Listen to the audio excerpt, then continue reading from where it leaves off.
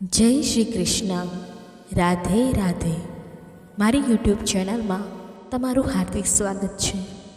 તમામ દર્શકોને દેવ દિવાળીની ખૂબ ખૂબ શુભેચ્છાઓ. આ દેવ દિવાળીના પવિત્ર દિવસે જો તમે દેવોની કૃપા પ્રાપ્ત કરવા માંગતા હોય તો વિડીયોને લાઈક કરી ચેનલને સબસ્ક્રાઈબ કરજો અને કોમેન્ટ બોક્સમાં જય શ્રી હરિ વિષ્ણુ હર હર મહાદેવ જરૂરથી લખજો. ભગવાન શ્રી રામચંદ્રજીના અયોધ્યા પાછા ફરવાના આનંદમાં મનુષ્યોની દિવાળી બુરાઈ પર સારાઈની જીતનું પ્રતીક છે.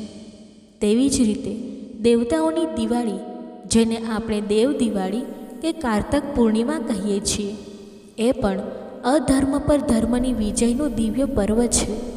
આ શુભ તિથિએ મહાદેવ શિવજીએ ત્રિપુરાસુરનો વધ કરીને દેવતાઓને તેમના આતંકમાંથી મુક્ત કર્યા હતા અને ભગવાન વિષ્ણુએ પોતાના પ્રથમ અવતાર મત્સ્ય રૂપમાં આવીને વેદોનું રક્ષણ કર્યું હતું અને સૃષ્ટિના પુનઃનિર્માણનો માર્ગ મોકળો કર્યો હતો.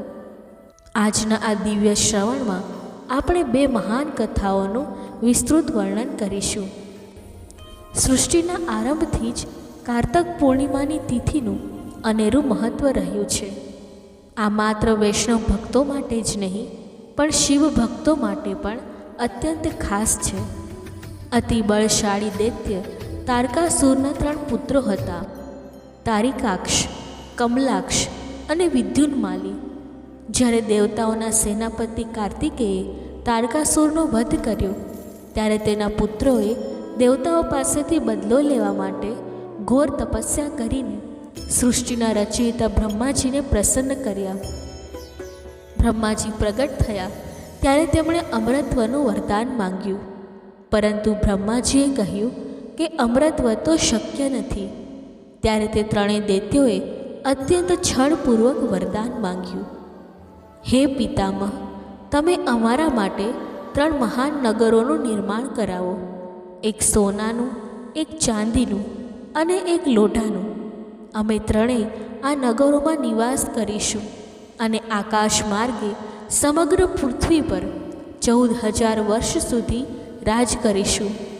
વળી 14,000 વર્ષના અંતે જ્યારે અમારા ત્રણેય નગરો એક સીધી રેખામાં આવે ત્યારે જે દેવતા એક જ બાણથી આ ત્રણેય નગરોનો નાશ કરી શકે એ જ અમારી મૃત્યુનું કારણ બને, અન્યથા નહીં.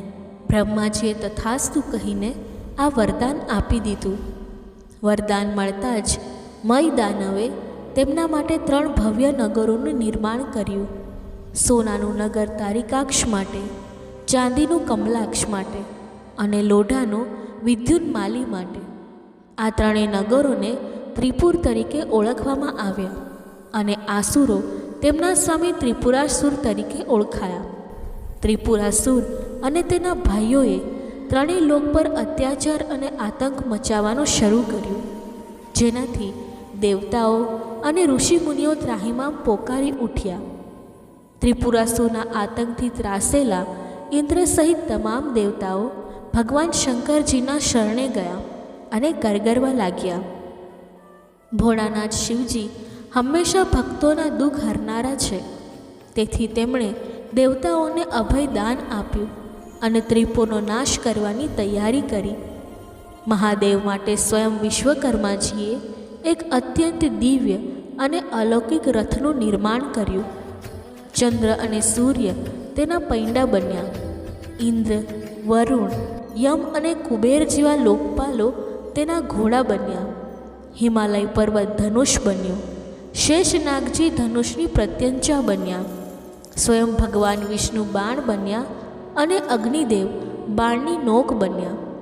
આવા દિવ્ય રથ પર સવાર થઈને જ્યારે ભગવાન શિવજી ત્રિપુરનો નાશ કરવા નીકળ્યા ત્યારે દૈત્યોમાં હાહાકાર મચી ગયો. દેવતાઓ અને દૈત્યો વચ્ચે ભયંકર યુદ્ધ થયું, પણ ત્રિપુરાસુરનો સંહાર શક્ય નહોતો. બ્રહ્માજીના વરદાન અનુસાર જ્યારે 14,000 વર્ષ પૂર્ણ થયા અને ત્રિપુરના ત્રણેય નગરો એક જ સીધી રેખામાં આવ્યા ત્યારે જ યોગ્ય સમય આવ્યો.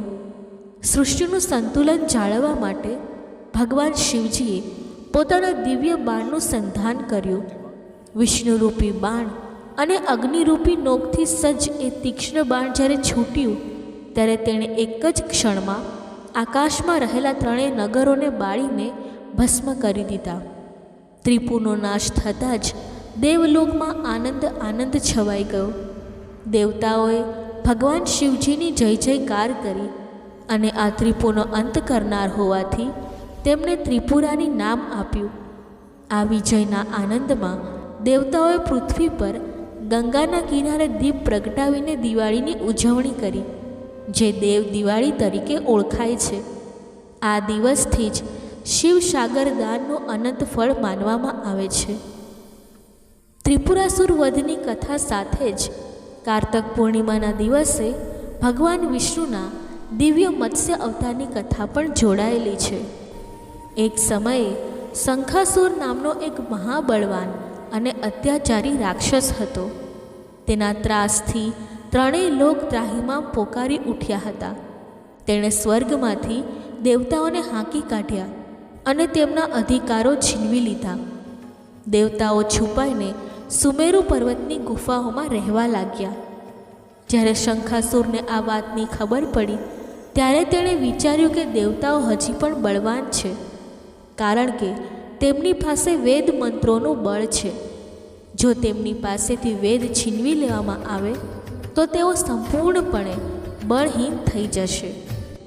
આવું વિચારીને શંખાસુર બ્રહ્માજીના સત્યલોકમાં ગયો અને ત્યાંથી સંપૂર્ણ વેદોનું હરણ કરી લીધું.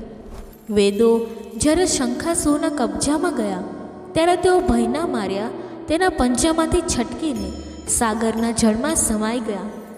શંખાસુરે વેદોને શોધવા માટે સાગરમાં પ્રવેશ કર્યો, પણ તેને ના તો વેદ મળ્યા કે ના તો બીજ મંત્રો. શંખાસુર નિરાશ થઈને પાછો ફર્યો. ત્યારે બ્રહ્માજી પૂજાની સામગ્રી લઈને તમામ દેવતાઓ સાથે ભગવાન વિષ્ણુના શરણે પહોંચ્યા. તે સમયે ભગવાન વિષ્ણુ યોગ નિંદ્રામાં હતા. દેવતાઓએ તેમને જગાડવા માટે ગાન ભજન અને ધૂપ દીપથી તેમનું પૂજન શરૂ કર્યું. દેવતાઓની આ ભક્તિ અને મંગલાચરણથી પ્રસન્ન થઈને ભગવાનની નિંદ્રા તૂટી. ભગવાન વિષ્ણુ જાગૃત થયા અને દેવતાઓને જોઈને ખૂબ ખુશ થયા. તેમણે કહ્યું, હું તમારા પૂજનથી ખૂબ પ્રસન્ન છું. તમે જે વરદાન માંગશો તે હું અવશ્ય આપીશ. દેવતાઓએ શંખાસુરના આતંક અને વેદોના હરણ વિશે જણાવ્યું. ત્યારે ભગવાન વિષ્ણુએ કહ્યું, શંખાસુર દ્વારા ચોરાયેલા વેદ સંપૂર્ણપણે જળમાં સ્થિત છે. હું હમણાં જ મત્સ્યનું રૂપ ધારણ કરીને સાગરપુત્ર શંખાસુરનો વધ કરીશ અને વેદોને પાછા લાવીશ.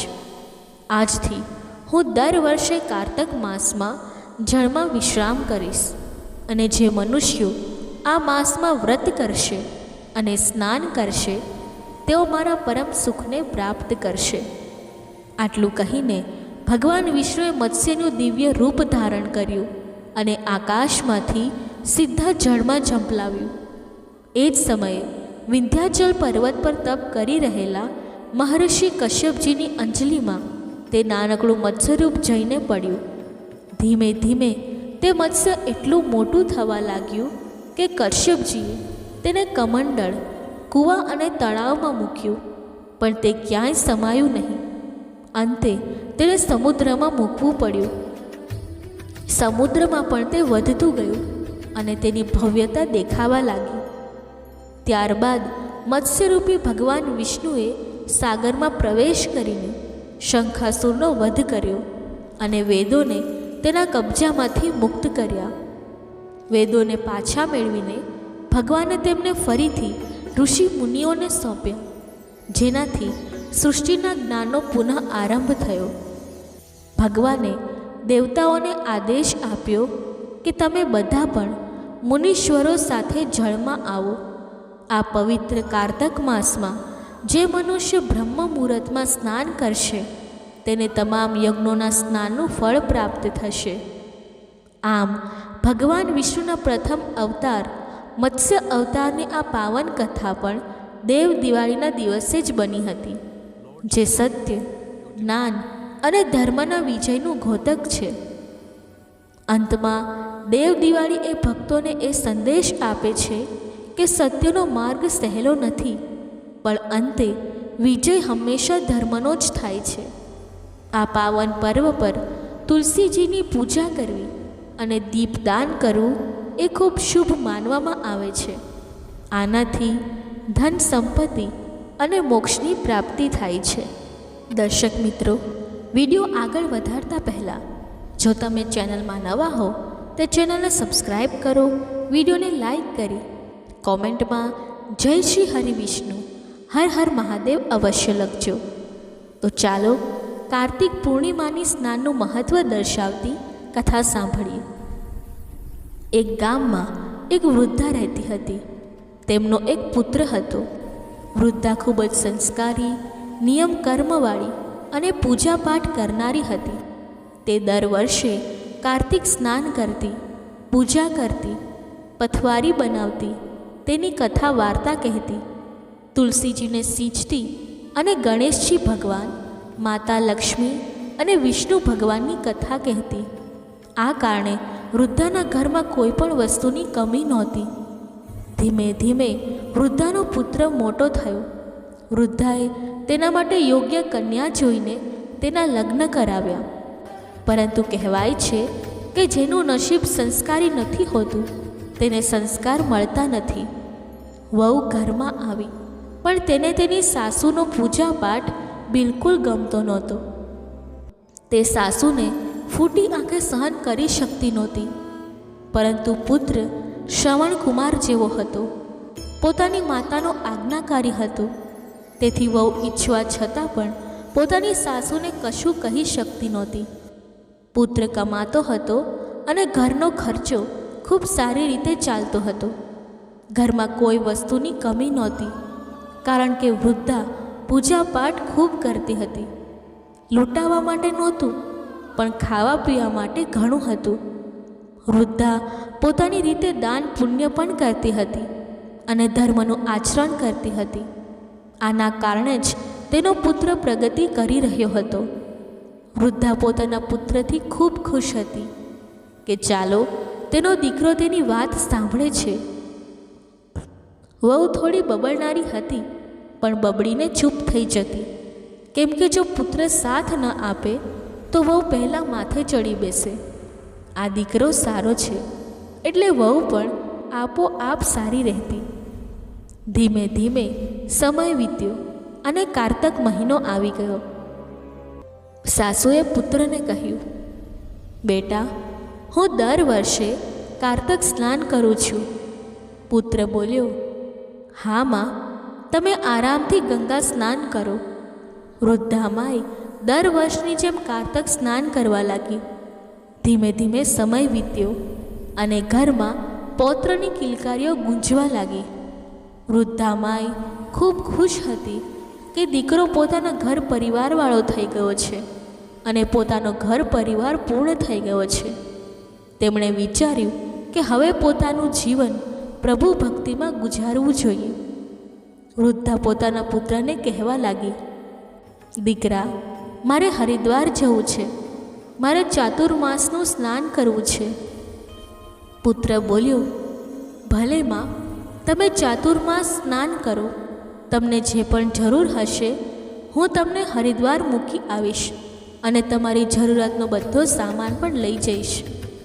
તે યુવક પોતાની પત્નીને કહે છે, સાંભળ ભાગ્યવાન, મારી મા માટે ગુંદ અને ખારેકના લાડુ બનાવી દે. તેમાં સારું ઘી નાખજે. મારી મા 1 મહિના માટે જઈ રહી છે. જ્યારે વહુએ આ સાંભળ્યું કે સાસુ માટે ગુંદ ખારેકના લાડુ બનાવવાના છે, ત્યારે તેના મનમાં ખરાબ વિચાર આવ્યો. તે ગરીબ ઘરની હતી અને તેની માતા કોઈ પૂજા પાઠ કરતી નહોતી. વહુ વિચારવા લાગી, હું સાસુ માટે ઘી ગુંદના લાડુ બનાવું? કેમ નહીં, હું મારી મા માટે બનાવું. આમ વિચારીને તેણે લોટ શેક્યો અને તેમાંથી સૂકા લાડુ બનાવ્યા, જેમાં કશું નહોતું. તેણે તેમાં નમક પણ ભેળવ્યું અને થોડી માટી પણ ભેળવી દીધી, જેથી વૃદ્ધા ખાઈ ન શક્યું અને જે ઘી ગુંદના લાડુ બનાવ્યા હતા તે પોતાની માતા માટે મોકલી દીધા. માટી અને નમક મિલાવેલા લાડુ એક ડબ્બામાં ભરીને તેણે પોતાની સાસુને આપી દીધા. બીજા દિવસે પુત્ર બોલ્યો, ચાલ માં, હું તને હરિદ્વાર મૂકી આવું. માતા પુત્ર ખુશી ખુશી ગંગા સ્નાન માટે અને ત્યાં ચાતુર્માસ સ્નાન કરવા માટે વૃદ્ધા તૈયાર થઈ ગયા, કારણ કે કારતક મહિનો આવવાનો હતો. વૃદ્ધા કહેવા લાગી, બેટા, કારતક મહિનામાં ગંગા સ્નાન કરવાથી મોટો મહિમા છે. જે કોઈ કારતક સ્નાન કરે છે તેના જન્મ સુધરી જાય છે અને તેના ઘરમાં કોઈ પણ પ્રકારની કમી રહેતી નથી. પુત્ર ખૂબ પ્રસન્ન થયો કે આ તો તેના સારા કર્મો છે કે તે પોતાની માને તીર્થ કરાવવા જઈ રહ્યો છે. પુત્ર પોતાની માને લઈને ગંગા સ્નાન કરાવવા માટે હરિદ્વાર ગયો. ત્યાં જઈને પુત્રએ પોતાની મા માટે એક ઝૂંપડી બનાવી દીધી અને જરૂરિયાતનો બધો સામાન રાખી દીધો. પુત્રએ માતાને કહ્યું, માં, 1 મહિના પછી હું તમને લેવા આવીશ. ત્યાં સુધી તમે તમારું કાર્તિક સ્નાન અને પૂજા ભક્તિ ભાવનાથી કરજો. માં બોલી, સારું બેટા, જા, ખુશ રહે, દૂધે નહાઓ, પુત્રે ફળો. આવો પુત્ર પામીને દરેક માં ધન્ય થઈ જાય. પુત્રએ પાડોશીઓને કહીને કે મારી માનું ધ્યાન રાખજો અને ઘરે પાછો આવ્યો. માં પણ જાણતી હતી કે ઘરનું કામ તેને જ જોવાનું છે, એટલે 1 મહિના માટે માં હરિદ્વારમાં રોકાઈ ગયા. વૃદ્ધા માય હરિદ્વારમાં રહીને કાર્તિક સ્નાન કરવા લાગી. તે સવારે 4 વાગે ઉઠી જતી, ગંગા સ્નાન કરતી, તુલસીજી સિંચતી અને પીપળ પથવારીની પૂજા કરતી. કાર્તિકની વાર્તા કહેતી, ગણપતિજી, વિષ્ણુ ભગવાન અને માતા લક્ષ્મીની કથા કહેતી. ત્યાર પછી તે પોતાનું કામ કરતી અને જે સમય બચતો તેમાં પાડોશીઓને ભેગા કરીને ભગવદ ચર્ચા કરતી. બધા આનાથી ખૂબ ખુશ રહેતા. ધીમે ધીમે સમય વીતી રહ્યો હતો. એક દિવસ વૃદ્ધા માઈને ભૂખ લાગી એટલે તેણે વહુએ આપેલા લાડુ ખાવા માટે ડબ્બો ખોલ્યો. એ જુએ છે કે તેમાં ઘી ગોંદ અને બધા મેવાવાળા લાડુ બન્યા હતા. તે વહુને ખૂબ આશીર્વાદ આપવા લાગી. મારી વહુએ કેટલું ઘી નાખીને લાડુ બનાવ્યા છે. કાર્તિક ભગવાનની કૃપાથી તે લાડુ એકદમ સારા ઘી મેવાવાળા બની ગયા હતા. તે મનોમન પોતાના પુત્ર વહુને આશીર્વાદ આપતા થાકતી નહોતી કે મારા પુત્ર વહુ મારું કેટલું ધ્યાન રાખે છે. ધીમે ધીમે સમય વીતતો ગયો અને કારતક મહિનાના 4 દિવસ બાકી રહ્યા. એક રાત્રે વૃદ્ધામાઈ ઝૂંપડીમાં બેસીને કીર્તન કરી રહી હતી. ત્યારે તેની ઝૂંપડીના દરવાજા પર જોરથી અવાજ આવ્યો. તેણે દરવાજો ખોલીને પૂછ્યું, કોણ છે ભાઈ? બહારથી અવાજ આવ્યો, વૃદ્ધામાઈ, હું શ્રાવણ છું. વૃદ્ધામાઈ બોલી, શ્રાવણ? હા શ્રાવણ. શ્રાવણની તો મોટી મહિમા છે. મહાશિવરાત્રિ આવે છે. કાવડ લઈને જઈએ છીએ. ભગવાન ભોલેનાથને જળ ચડાવવામાં આવે છે. શ્રાવણે કહ્યું, વૃદ્ધામાઈ, મને ભૂખ લાગી છે.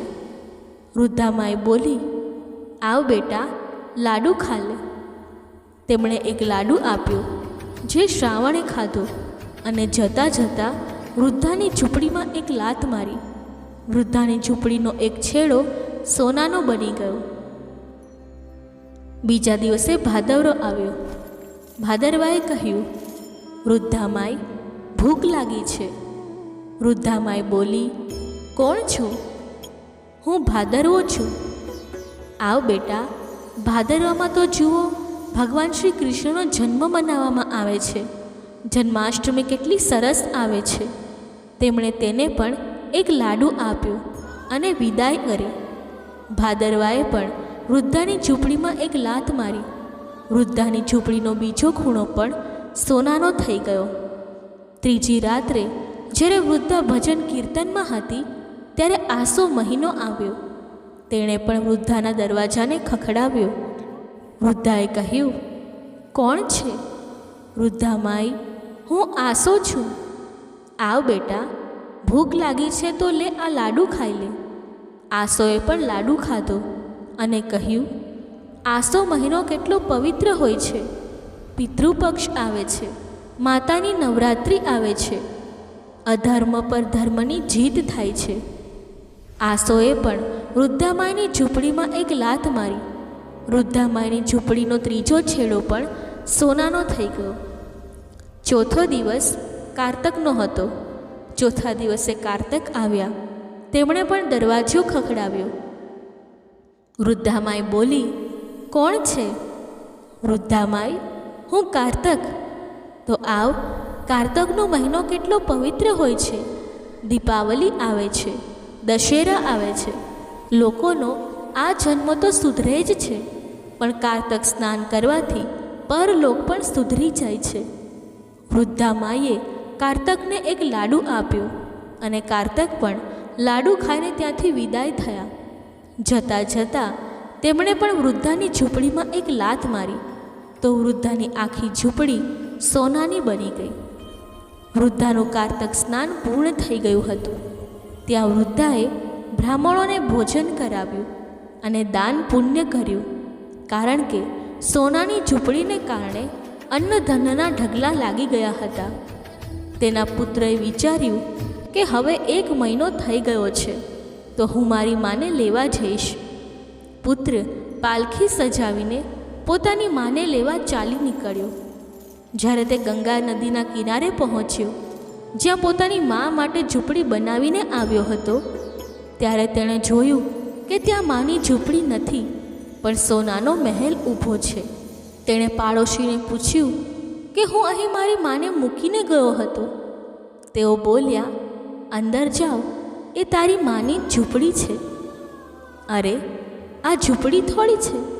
મેં તો મારી મા માટે વાંસ અને ઘાસની ઝૂંપડી બનાવી હતી. તેઓ બોલ્યા, અરે ભાઈ, તારી મા એટલી ધાર્મિક મહિલા છે કે ભગવાનની કૃપાથી તેની ઝૂંપડી સોનાની થઈ ગઈ છે. પુત્રની ખુશીનો પાર નહોતો. તે અંદર ગયો, પોતાની માના પગે લાગ્યો. માએ આશીર્વાદની ઝડી વરસાવી. પુત્ર બોલ્યો, મા, 1 મહિનો થઈ ગયો, કારતક સ્નાન પૂર્ણ થઈ ગયું. ચાલો હવે ઘરે જઈએ. વૃદ્ધમાં બોલી, ભલે બેટા. જેટલું સોનું ચાંદી ભરી શકાયું એટલું તેમણે થેલાઓ અને કોથળાઓમાં ભરીને ગાડીમાં ભરી લીધું. બાકીનું તેમણે ત્યાં રહેતા લોકોને દિલ ખોલીને દાન કરી દીધું. કહેવાય છે કે જેટલું દાન કરો તેટલા જ ભંડાર ભરાય છે. આજ વૃદ્ધા માઈ સાથે થયું. હવે પુત્ર મોટા વાજતે ગાજતે પોતાની માને વિદાય કરાવીને લાવતો હતો. જ્યારે તે પોતાના ગામ પહોંચ્યો ત્યારે વાજતે ગાજતે સાંભળીને વહુના કાન ઊભા થઈ ગયા. તે વિચારવા લાગી, આ વૃદ્ધા કઈ એવી સિદ્ધિ મેળવીને આવી છે કે જે તેને વાજતે ગાજતે લાવવામાં આવી રહી છે. લોકોએ સાંભળ્યું તો ચર્ચાઓ થવા લાગી. અરે, વૃદ્ધા તો મોટી સતી છે, મોટા નિયમ કર્મવાળી છે. જુઓ, કાર્તિક ભગવાને તેમના પર કેવી કૃપા કરી છે. હે દામોદર, જેવી આ વૃદ્ધા પર કૃપા કરી તેવી જ બધા પર કરજો. બધા લોકો વૃદ્ધાના ગુણગાન કરવા લાગ્યા. જ્યારે વહુના કાને વાત પડી ત્યારે તે વિચારવા લાગી કે સાસુએ એવું શું કરી દીધું કે બધા આટલા ગુણગાન કરી રહ્યા છે. એક પાડોશણે આવીને કહ્યું, અરે વહુ, તારી સાસુ આવી રહી છે, આરતીની થાળી સજાવી લે. તે કહેવા લાગી, સાસુ આવી રહી છે તો કઈ સિદ્ધિ મેળવીને આવી છે કે આરતીની થાળી સજાવું? પાડોશણે કહ્યું, તારી સાસુ સોનું ચાંદી ભરીને લાવી રહી છે. હવે તો વહુના આશ્ચર્યનો પાર નહોતો. મન ન હોવા છતાં તેણે જેમ તેમ કરીને આરતીની થાળી તૈયાર કરી. જ્યારે તેના પતિએ પોતાની માતાની પાલખી ઘરના દરવાજા પર રોકી ત્યારે વહુ અંદરથી તો બળી રહી હતી, પણ છતાં તેણે પોતાની સાસુની આરતી ઉતારી. સાસુએ મોટા આશીર્વાદ આપ્યા. દૂધે નાવ પુત્રએ ફળો. વહુ મનોમન કૂઢવા લાગી કે આ સાસુએ શું કર્યું, ક્યાંથી આટલું સોનું ચાંદી લઈ આવી. વૃદ્ધાએ કહ્યું, હું તો ત્યાં કારતક સ્નાન માટે ગઈ હતી અને આ રીતે કારતક ભગવાનની કૃપા થઈ છે. વહુનું પિયર થોડું ગરીબ હતું. દરેક દીકરીને પોતાના પિયર પ્રત્યે લગાવ હોય છે. વહુએ વિચાર્યું, મારું પિયર આટલું ગરીબ છે, આ વૃદ્ધાએ કારતક સ્નાન કર્યું તો આટલું સોનું ચાંદી લાવી. આવતા વર્ષે હું પણ મારી માને કારતક સ્નાન માટે હરિદ્વાર મોકલીશ અને તે પણ ખૂબ સોનું ચાંદી લાવશે તો મારું પિયર પણ અમીર થઈ જશે. આવું વિચારીને વહુએ પોતાની માને બધી વાત જણાવી દીધી. ધીમે ધીમે મહિનાઓ વીત્યા અને બીજા વર્ષે ફરીથી કારતક મહિનો આવ્યો. વહુએ પોતાની મા માટે ઘી, ગુંદ અને બધા મેવા નાખીને ઘીમાં તરબોળ મોટા લાડુ બનાવ્યા અને ડબ્બો ભરીને પોતાના પતિને કહ્યું, જાઓ મારી માને ગંગા સ્નાન માટે હરિદ્વાર મૂકી આવો. મારી મા ચાતુર્માસ સ્નાન કરશે. વૃદ્ધાના પુત્રએ વિચાર્યું કે કોઈ વાંધો નહીં, સાસુ પણ મા સમાન હોય છે. તીર્થ કરાવવું ધર્મનું કામ છે. ચાલો આ બહાને તે પણ તીર્થ કરી લેશે તો સારું છે. પણ વહુની માતાને ધર્મ કર્મમાં બિલકુલ રસ નહોતો. તે કોઈ ધર્મ કરવા માંગતી નહોતી, પરંતુ દીકરીના આગ્રહને કારણે અને અમીર થવાના લોભથી તે ગંગા સ્નાન કરવા તૈયાર થઈ ગઈ હતી. વૃદ્ધાનો પુત્ર પોતાની સાસુને લઈને ગંગા કિનારે હરિદ્વાર પહોંચી ગયો. તેણે જ્યાં પોતાની મા માટે ઝૂંપડી બનાવી હતી તેવી જ ઝૂંપડી પોતાની સાસુ માટે બનાવી દીધી. પુત્રએ સાસુને કહ્યું, માતાજી, જ્યારે 1 મહિનો થઈ જશે તો હું તમને લેવા આવી જઈશ. તમે અહીં રહીને ગંગા સ્નાન કરો, કારતક મહિનાનું ગુણગાન કરો અને ભગવદ્ ભજનમાં સમય પસાર કરો. પાડોશીઓને કહીને વૃદ્ધાનો પુત્ર પોતાના ઘરે પાછો આવ્યો. હવે વહુની માતા ત્યાં કોઈ કારતક સ્નાન કરતી નહોતી. મન થતું તો સૂઈ રહેતી, મન થતું તો બનાવીને ખાઈ લેતી. દીકરીએ આપેલા ઘી ગુંદના લાડુ ખાતી અને મજાથી સૂતી રહેતી. કોઈ પૂજાપાઠ, ધર્મ કર્મ કંઈ જ કરતી નહોતી. પાડોશીઓ વિચારતા કે પહેલાં જે વૃદ્ધા આવી હતી તે કેટલી પૂજા, ધર્મ, કર્મ કરતી હતી. આ વૃદ્ધા તો બહાર પણ નીકળતી નથી, બપોરે ઉઠે છે ત્યારે નાય છે. ધીમે ધીમે કારતક મહિનાના 4 દિવસ બાકી રહ્યા. શ્રાવણ આવ્યો. તેણે દરવાજો ખખડાવ્યો. વહુની માતાએ પૂછ્યું, કોણ છે? હું શ્રાવણ. શ્રાવણ છે તો શું માથે ચડીને બેસીશ? ભૂખ લાગી છે તો એક લાડુ આપી દઉં. તે બોલી, મારી પાસે કંઈ નથી, ભાગ અહીંથી. એમ જ ગણી ચૂંટીને રાખેલા છે, એમ જ બનાવવા ખાવા પડે છે અહીં. તેણે શ્રાવણને ધમકાવીને ભગાડી દીધો. શ્રાવણે એક લાત મારી તેની ઝૂંપડીનો એક છેડો પડી ગયો. બીજી રાત્રે ભાદરવો આવ્યો. વહુની માતા સૂતેલી હતી. તે ચીસો પાડી, અરે કયો દુષ્ટ આવી ગયો, કેમ ઊંઘ બગાડી રહ્યો છે? ઓછામાં ઓછું શાંતિથી સૂવા તો દે. ભાદરવો બોલ્યો, માતા, હું ભાદરવો છું. કોણ ભાદરવો? હું કોઈ ભાદરવાને નથી જાણતી. તારો રસ્તો જો, મને સૂવા દે. આવીને ઊંઘમાં ખલેલ પાડે છે. ભાદરવો બોલ્યો, માતા, હું ભૂખ્યો છું. ભૂખ્યો છે તો હું શું કરું? મેં અહીં ક્યાં ભંડારા ચલાવ્યા છે? તેણે ભાદરવાને પણ ત્યાંથી ભગાડી દીધો. 3જો મહિનો આસો આવ્યો. 3જી રાત્રે આસોએ દરવાજો ખખડાવ્યો. વહુની માતા ગુસ્સામાં હતી. તેણે દરવાજો આસોના મોં પર જ માર્યો અને કહેવા લાગી, શું છે? આસો બોલ્યો, માતા, ભૂખ લાગી છે. ભૂખ લાગી છે શું અહીં તારા માટે 5 ભોગ બનાવીને બેઠી છું કે તને ભોગ ખવડાવું? મારાથી તો મારા માટે પણ થતું નથી. જેમ તેમ બનાવું છું. રોજ જુઓ, કોઈ ને કોઈ રાત્રે આવીને ઊભો થઈ જાય છે, જાણે હું તેમના માટે અહીં આવીને બેઠી છું. આસો પણ ચાલ્યો ગયો અને તેણે પણ વૃદ્ધાની ઝૂંપડીમાં લાત મારી.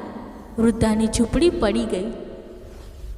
આગલી રાત્રે કાર્તિક આવ્યા. તૂટી ફૂટી ઝૂંપડીમાં વૃદ્ધા ધાબળો ઓઢીને સૂતી હતી. તેને ઠંડી લાગી રહી હતી. કાર્તિકે દરવાજો ખખડાવ્યો. હવે વૃદ્ધાનો ગુસ્સો ચડેલો હતો. તે લાકડી લઈને બેઠી. તે બોલી, ભાગ અહીંથી. કાર્તિક તો બોલી પણ ન શક્યા. તે પહેલાં જ બોલી, ભાગી જા, નહીં તો લાકડીઓ મારીશ. 3 દુષ્ટ પહેલાં આવ્યા, મારી ઝૂંપડી પાડીને ચાલ્યા ગયા, અને હવે તું પણ આવી ગયો. રાત્રે જ આવું હોય છે. આ રીતે વૃદ્ધા લાકડી લઈને કાર્તિકની પાછળ દોડી. કાર્તિક તો ત્યાંથી ચાલ્યા ગયા, પણ તેમના શાપથી વૃદ્ધા ગર્દભી બની ગઈ. તે ગર્દભી પોતાની ઝૂંપડીમાં આમ તેમ ફરવા લાગી. પાડોશીએ જોયું કે આ ઝૂંપડી તો પડી ગયેલી છે અને તેમાં વૃદ્ધાની જગ્યાએ એક ગર્દભી બેઠી છે. કારતક મહિનો સમાપ્ત થઈ ગયો. હવે વૃદ્ધાનો પુત્ર પોતાની સાસુને લેવા માટે હરિદ્વાર આવી ગયો.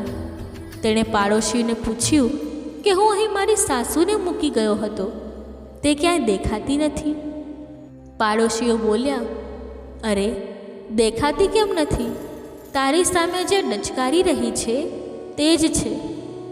તે બોલ્યો, અરે કેમ મજાક કરો છો? સારો ભલો માણસ હું અહીં મૂકીને ગયો છું અને આ તો ગર્દભી છે. તેઓ કહેવા લાગ્યા, અરે ભાઈ, આ ગર્દભી તારી સાસુ છે. તેણે કોઈ પણ પૂજાપાઠ કર્યા નથી. બિચારો પુત્ર શું કરે? તેણે તે ગર્દભીના ગળામાં દોરડું નાખ્યું અને તેને લઈને ત્યાંથી ચાલ્યો ગયો. ઘરે તો વહુ ખૂબ ખુશ થઈ રહી હતી. તેણે આરતીની થાળી સજાવી લીધી કે મારી મા પણ ધનના બોરા ભરી ભરીને લાવશે. તેણે સવારથી 56 પ્રકારના ભોગ પણ બનાવી નાખ્યા. પણ તે વિચારવા લાગી કે હજુ બેન્ડ બાજાનો અવાજ કેમ નથી આવી રહ્યો. જ્યારે પુત્ર ઘરે પહોંચ્યો અને તેણે દરવાજો ખખડાવ્યો તો વહુ સમજી ગઈ કે મારી મા આવી છે. આરતીની થાળી લઈને દરવાજા તરફ દોડી. દરવાજો ખોલ્યો તો જોયું કે તેનો પતિ એક ગર્દભીને લઈને ઊભો છે. તે ગુસ્સામાં બોલી, મારી મા ક્યાં છે? અને મારી માને તમે બેન્ડ બાજાથી કેમ ના લાવ્યા? મારે પણ તમારી માની જેમ મારી માની આરતી કરવી છે. પુત્ર બોલ્યો, તો ગુસ્સો કેમ થઈ રહી છે? કરી લે આરતી. વહુ બોલી, ક્યાં છે મારી મા? દીકરો બોલ્યો, આ તારી મા જ તો છે. મજાક ન કરો. તમે મારી મા સાથે આવું કેવી રીતે બોલી શકો? મારી મા કોઈ ગર્દભી છે? તે બોલ્યો, હું તો કંઈ નથી કહેતો. જેવા કર્મ તેવું ફળ મળી રહ્યું છે. આ તારી મા છે, કોઈ બીજી નથી. હવે ગર્દભી પણ પોતાની ભાષામાં જણાવવા લાગી કે હું જ તારી મા છું, અને પોતાની દીકરી સાથે ગરદન હલાવી હલાવીને વાત કરવા લાગી. દીકરી તેને ધૂતકારવા લાગી, દૂર હટ, આ કેવી ગર્દભી લઈ આવ્યા છો જે મારી પાછળ પડી રહી છે? પુત્ર બોલ્યો, ગર્દભી નથી, આ તારી મા છે. બિચારી શું કરે? તેને માનવું પડ્યું કે આ તેની મા છે. તે ખૂબ રડવા લાગી કે મારી મા ગર્દભી કેવી રીતે બની ગઈ. હવે પુત્ર, વહુ અને વૃદ્ધાએ સલાહ આપી કે એક કામ કરો, કોઈ સારા જાણકાર વિદ્વાન પુરોહિત એમને બોલાવી લાવો અને તેમની પાસેથી જાણી લો કે આ ગર્દભી કેવી રીતે બની ગઈ. પુત્રએ ગામના પુરોહિતજીને બોલાવ્યા અને તેમને પૂરી વાત જણાવી. પુરોહિતજીએ બધી વાત સાંભળી અને ધ્યાન લગાવ્યું.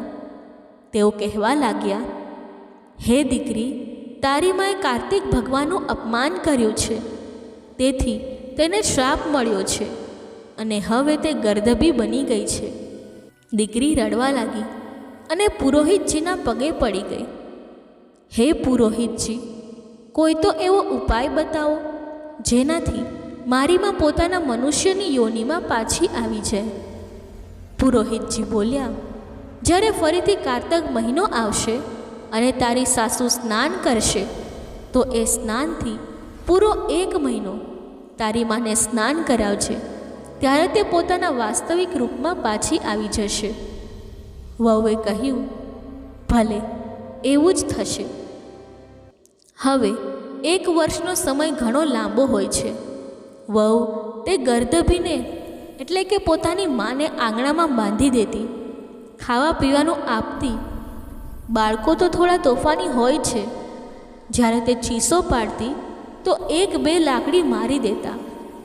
વહુ ખૂબ ના પાડતી કે તમે શું કરો છો, નાનીને મારો છો કે શું? વૃદ્ધા પોતાના પૌત્ર પૌત્રીઓને સારા સંસ્કાર આપતી, જેથી બાળકો પોતાની દાદીમાની વાત માની લેતા અને દાદીમાને વળગી રહેતા. વહુને હવે પોતાની ભૂલનો અહેસાસ થતો હતો. તે મનોમન વિચારતી, મેં ક્યારેય મારી સાસુને માન નથી આપ્યું. હંમેશા મારી સાસુ અને મારી માને લઈને સાસુ સાથે પક્ષપાત કર્યો, વાત વાત પર તેમનું અપમાન કર્યું. કદાચ આ જ કારણે ભગવાને અમને સજા આપી છે. વહુને પોતાની ભૂલનો અહેસાસ થઈ ગયો. તે પોતાની સાસુમાના પગ પકડીને રડવા લાગી. સાસુમાએ તેને સમજાવી, બેટા, તેમાં કોઈ વાત નથી. તારાથી જે ભૂલ થઈ છે તેનું પ્રાયશ્ચિત તું કરી રહી છે.